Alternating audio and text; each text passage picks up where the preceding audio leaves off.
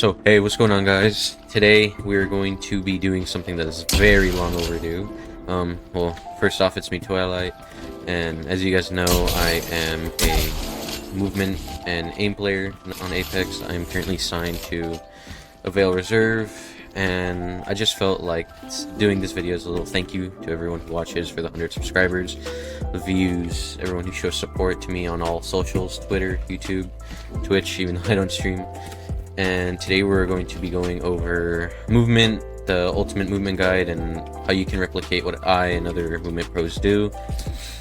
First, we're going to be going over my peripherals, my settings, and then we'll go over the movement techs themselves and how you can replicate them in-game, out-of-game, in the range, wherever you just feel like doing it. And then from there, again, we'll practice it, go over it, and then see how you guys can improve upon it. Alright guys, so to start off, I said I would show my peripherals. I will throw an image of each of them up on screen currently. Starting off with my mouse, I use the Logitech Superlight. It's a very good mouse, very good for precision, very lightweight, fits well in the hand. It is an ambidextrous shape, so if you're looking for something ergonomic, I'd recommend the Glorious Model B, which I have also used in the past, but I personally think the Superlight is a lot better. My keyboard, I am using the Asus ROG Strix Moonlight White TKL. I forgot the exact model of it, but I will throw an image of that up on screen. And my mouse pad is the Glorious Ice Pad. It is a speed pad with glass beads on the top.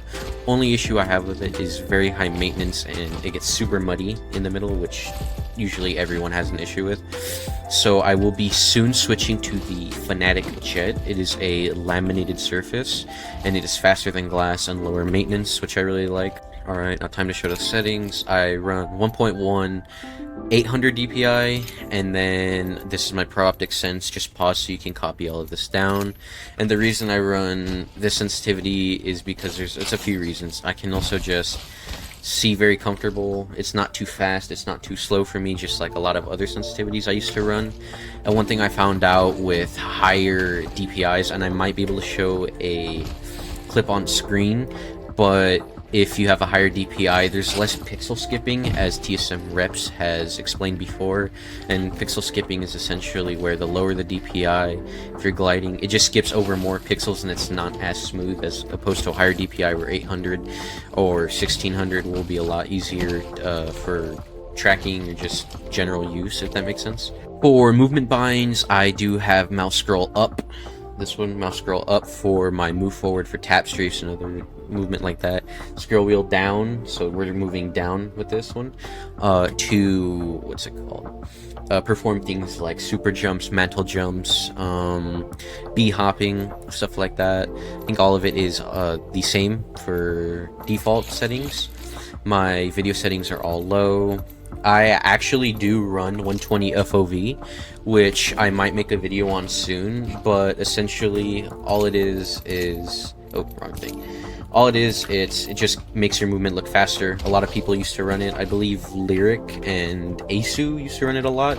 Asu might still be on 120, but the trade-off is enemies look smaller and they're harder to hit, but it just makes your movement look faster and cleaner, essentially.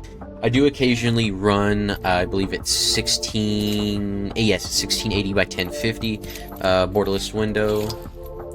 And then I don't use controller, my audio normal, I just have my mic, my headphones. And then gameplay, ping opacity, I keep on default. I just have everything, majority of it on default, just so I don't have to mix it up or anything.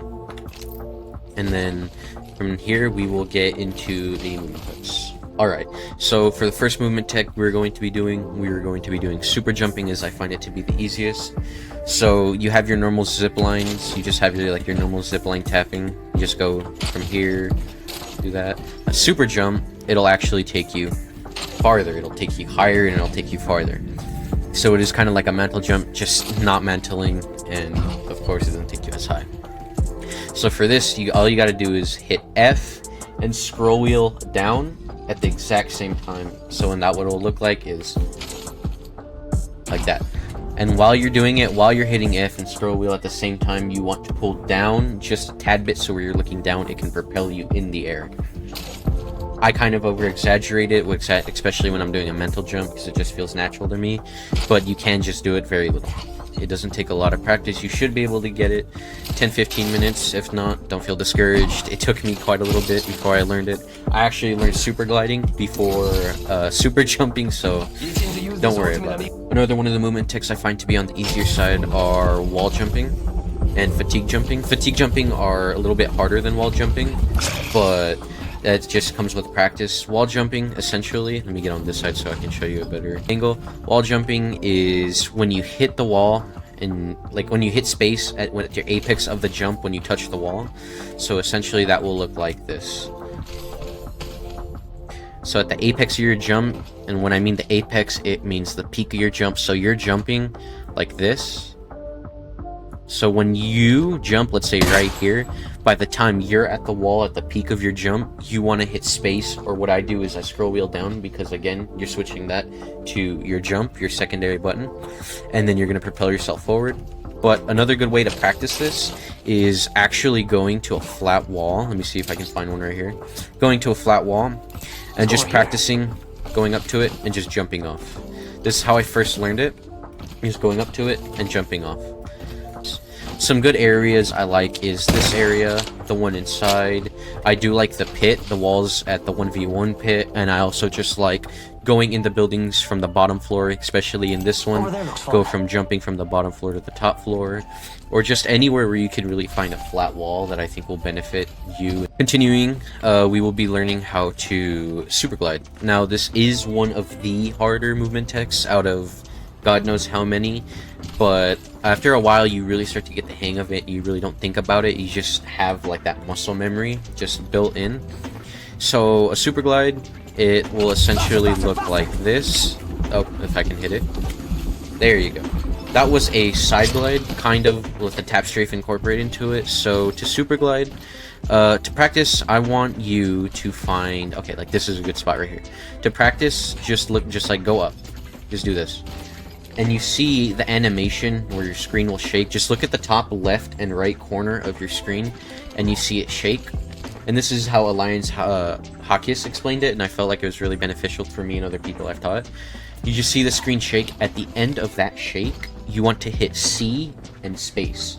If you hit Control, it will not work. I have tried it, trust me. So at the end of that shake, so where the animation stops, you will hit C in space and you will glide. Alright, after you feel confident in hitting all your super glides and you feel like you've gotten it down, I suggest you try side gliding. What is a side glide? A side glide is a super glide, but where you're inputting a directional input, so A or D, and instead of it propelling you forward, it'll shoot you off to left or right, depending, like I said, if you hit A or D. A being left, D being right. I personally find it easier to hit A just because that's where my fingers lie. And I will be showing you how to do that right here. So this is the best spot, I think, to practice super glides are. It would be this pillar and this pillar. I do like hitting it from across this line right here, but they are a little bit harder and a little more advanced, and they're better for back gliding. So a side glide is essentially, like I said, super glide incorporating a side strafe. So exactly, that was a dead glide, but essentially that will look like this. So instead of shooting me forward, it'll shoot me off to the left.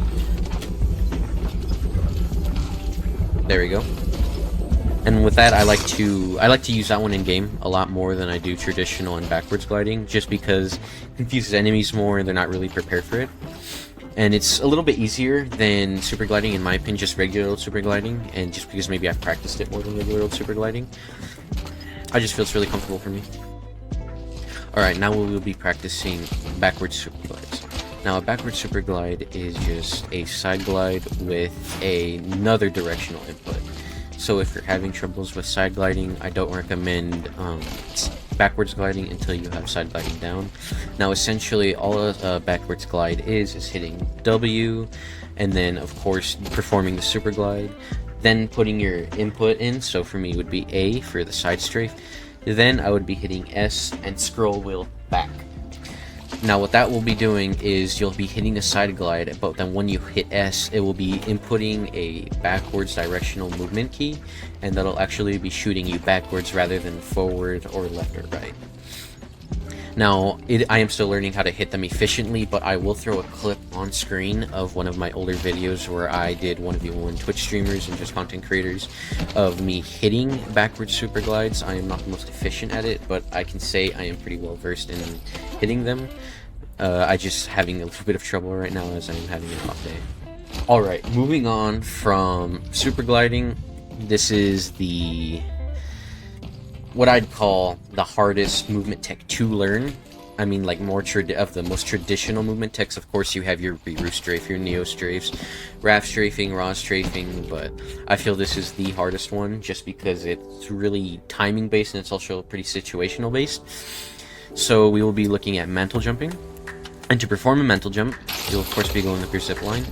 You want to mental right here. Don't go all the way, so just hit your W, you put your directional input on W, and release it right when she has that animation. So that'll look like this.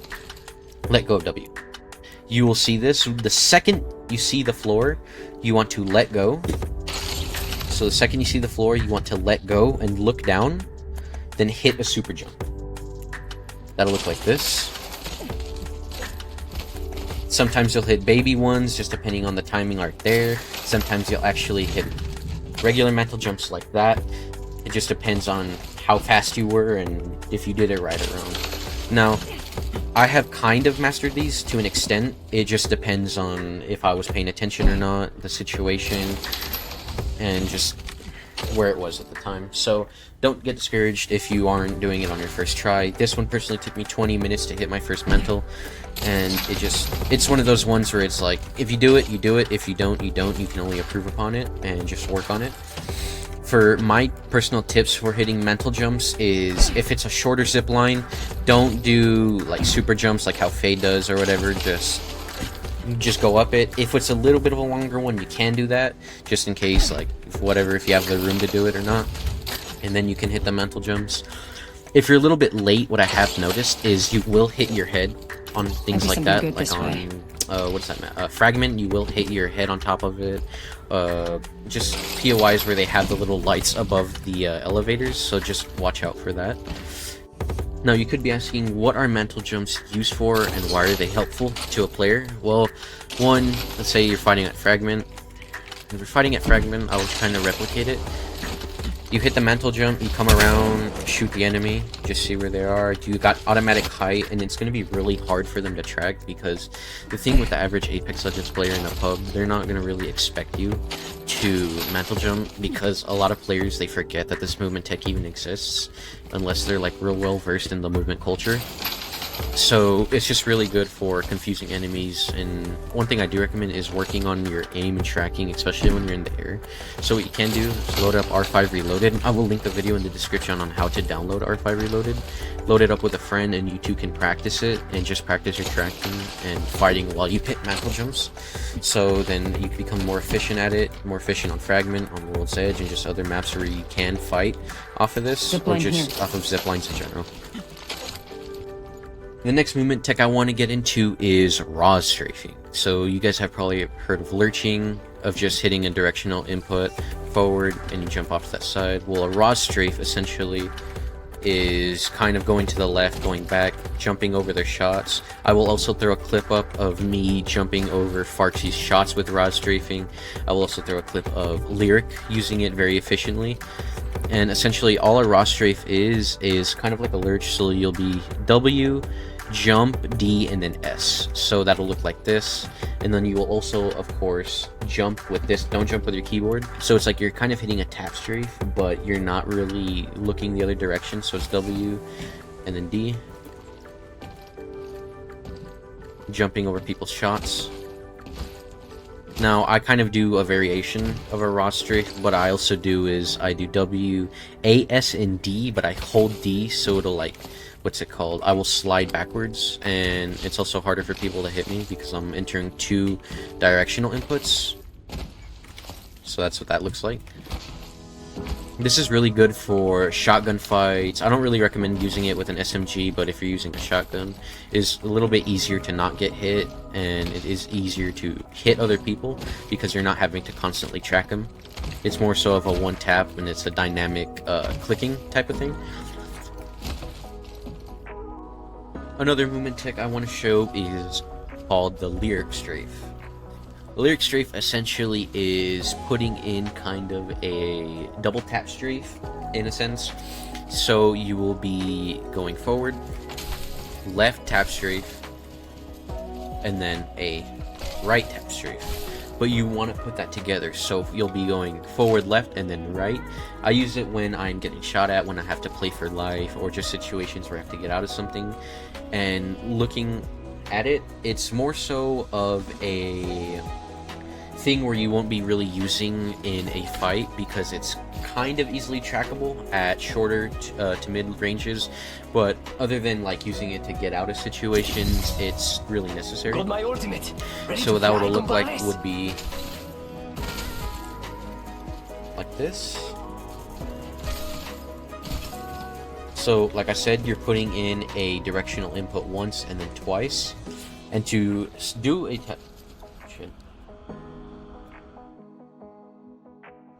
Okay, well, my camera died. It's whatever. We can still make it work.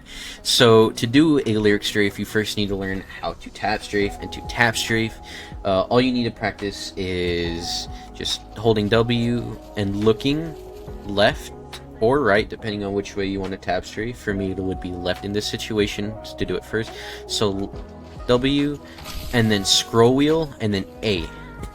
And what that would look like is this. It's go time! But you make sure you let go of W towards the end of the tap strafe, so it'll look like that. You have wide strafes, you have shorter strafes, so you just want to put that together. And then to have a D, so you'd be going right. That's what that would look like. That's how you perform a tap strafe, and again, how to perform a lyric strafe. You would go left, right, left, right. Then you can also incorporate a bunny hop into it, which I personally like to do. And then boom, you got away from the people. Alright guys, with that being said, I will be ending this video today. Let me know in the comments if I missed any movement techs that you'd like to see me try. Watch the video in the description to practice mantle jumping. It will be a link to how to install R5 Reloaded. I will be leaving down in the description the link to my settings video if you guys would like to try some of the older settings I've run, and it'll just keep you up to date, and maybe you'll like one of them, maybe you won't. Don't switch your sense just because another pro player uses it. Just stick with your comfortable. If you like high sense, you like high sense. If you like slow sense, you like slow sense. That's just something I had to find out the hard way. I used lyrics, I've used his Watsons, I've used reps, Guape, all of these players, and I end up going back to my sensitivity just because it's comfortable. So if you guys like the video, leave a like, leave a comment down below if you'd like to see anything else. And this is just truly a thank you for 100 subscribers, and I will be posting a lot more. But that being said, see you guys.